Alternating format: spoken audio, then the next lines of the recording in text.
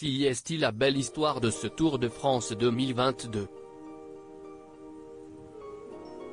Hier, lors d'une étape particulièrement difficile qui reliait Carcassonne à Foix, le Canadien Hugo Houle s'est imposé pour la toute première fois de sa carrière et devient par la même occasion le premier Québécois à remporter une étape sur la Grande Boucle. Un véritable exploit pour le coureur de 31 ans, déjà champion du Canada du contre-la-montre en 2015 et 2021 et qui est apparu particulièrement ému lors de son arrivée en Ariège.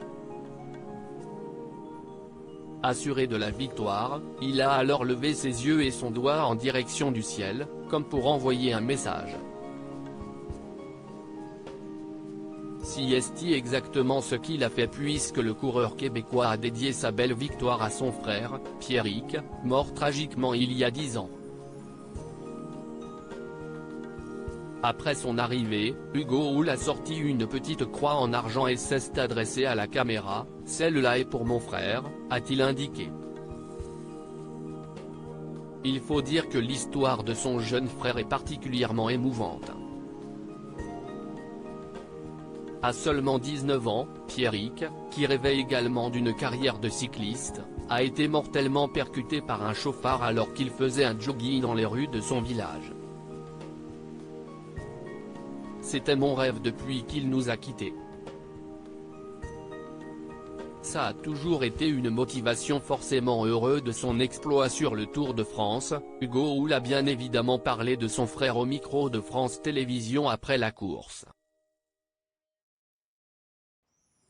C'était mon rêve depuis qu'il, note de la rédaction, son frère, nous a quittés. Ça a toujours été une motivation. C'était un rêve un peu fou, je n'avais jamais gagné une course avant aujourd'hui.